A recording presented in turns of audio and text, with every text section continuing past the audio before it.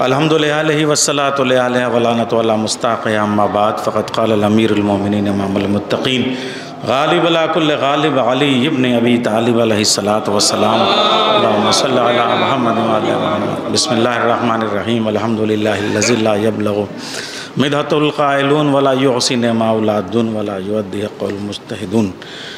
تمام تعریفیں اس خدا کے لیے جو ایسا اول ہے جس کا اول نہیں، ایسا آخر ہے جس کا آخر نہیں، ایسی ابتدا ہے جس کی ابتدا نہیں، ایسی انتہا ہے جس کی انتہا نہیں، ایسا پاس ہے جس کا پاس نہیں، ایسا دور ہے جس کا دور نہیں، ایسا ظاہر ہے جس کا ظاہر نہیں، ایسا باطن ہے جس کا باطن نہیں، ایسا ہے جو ہوا نہیں۔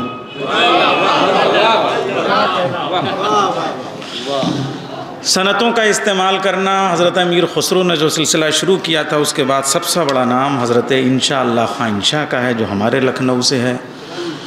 ٹھیک ہے، حضرت امیر خسرو نے دہلی میں نظام پیا کے پیروں میں بیٹھ کے جو ہے وہ صنعتیں برتیں، مگر ان کو سمجھانے کے لیے جامع مسجد کی سیڑھیوں پہ کوئی نہیں تھا۔ مگر ہمارے لکھنؤ میں جب انشاءاللہ خان انشاء نثر اور نظم دونوں میں صنعتیں برتتے تھے تو ان کی رانی کیتکی کی کہانی سے لے کے دیوان انشاء تک کا ان کا کوئی شعر ایسا نہیں تھا جسے سمجھانا پڑتا تھا۔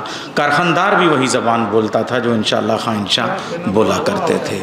اس لیے جب روزمرہ وہی ہو تو پھر آمد بھی آورد اور آورد کو آمد نہیں کہا جا سکتا، بلکہ وہ ان کی زبان فصیح ہے جو ہمارے لکھنؤ کی زبان تھی۔ صنعتوں کا استعمال انشاء نے بھی کیا، لیکن معاف کیجئے گا حضرت امیر خسرو بھی اور حضرت انشاءاللہ خان انشاء بھی، آپ نے آزاد رہ کے کھلی فضاؤں میں اڑ کے زندگی کے کسی بھی موضوع کو حسن و عشق کے دائرے میں برتتے ہوئے صنعتوں کا استعمال کرنا، کھیر اور بھیڑ اور بکری اور کتا اور بلی پہ صنعتوں کا استعمال کرنا اور ہے، لیکن حمد الہی کی قید میں رہ کے صنعتیں برتنا یہ سوائے علی کے آج تک کسی نے نہیں کیا۔ اور حمدیں لکھنا یہ کسی نبی کی سنت نہیں کہلائے گی علی کی موجودگی میں۔ سوا لاکھ انبیاء میں کسی نے حمد اللہ کی توحید کو پہنچانے کا کام کیا، پیغمبر تبھی کہلایا، لیکن توحید پر اور حمد الہی پر خطبہ اتنی طوالت کے ساتھ سوائے علی کے کسی نے نہیں کیا۔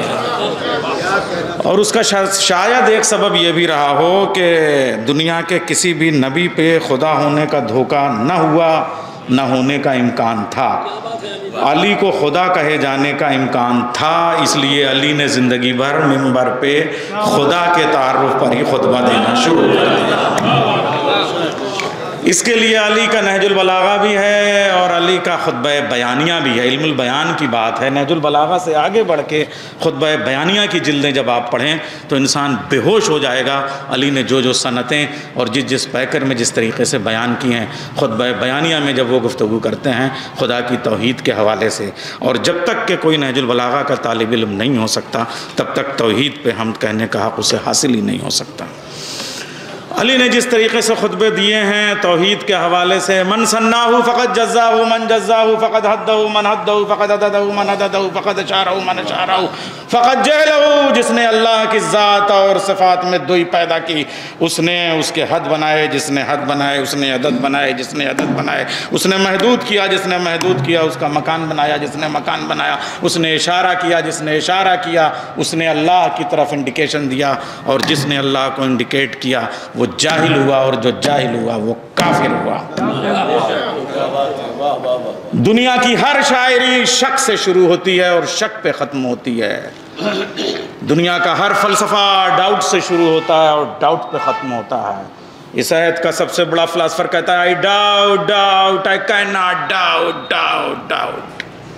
میں شک کرتا ہوں، شک کرتا ہوں، شک کرتا ہوں، اگر مجھے نہیں شک ہے تو شک میں شک کی گنجائش نہیں ہے۔ دنیا کا ایک لوتے فلاسفر علی ہے جو کہتا ہے لو کشف الغطاء لمزددت یقینا، اگر سارے پردے ہٹا دیے جائیں علی کے یقین پہ کوئی حرف نہیں۔ یہ ہے حمد۔ اس حمد کے لیے علی نے دو شاہکار چھوڑے، ایک نثر اور ایک نظم۔ دیوان مولا کائنات صنعتوں کا معجزہ ہے۔